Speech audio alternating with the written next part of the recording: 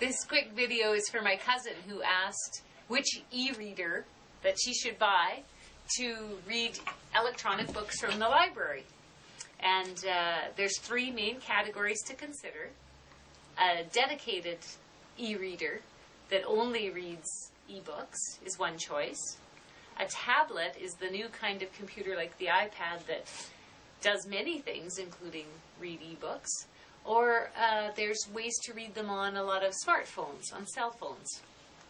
So you have to balance the different factors of price and expense. If you want to do other things with the device, they'll all come into consideration when you decide which one to buy. So the one not to buy is the Kindle.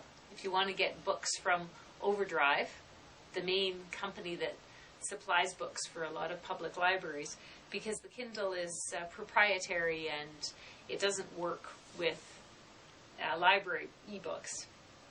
So the good news is it downloads wirelessly through the air. The bad news is every time you do that, you get a bill in your email box for charging you for those items. So that's probably not a good option unless you have deep pockets. And a better choice might be to get a Kobo or a Sony e-reader, the two most common ones we see at the library, both black and white e-ink screens, low battery use, and they both would download the two main kinds of e-books, the EPUB and the PDF books. They are more complicated in the sense that it's a two-step download. The first step is to download from the Overdrive database in the United States onto your computer or laptop. And then the second step is to sync them, or synchronize them, from the Adobe Digital Edition software onto the device itself. So it's a two-stage download involving a USB cable.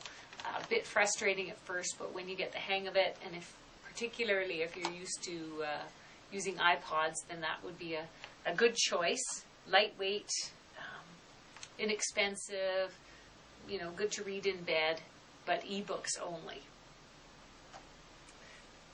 A second category, very popular, and the dominant one right now is the iPad, is the tablets. So a tablet does many other things as well. It's all organized by apps, and the apps, short for applications. There's an Overdrive app, and it is quite easy to download through this.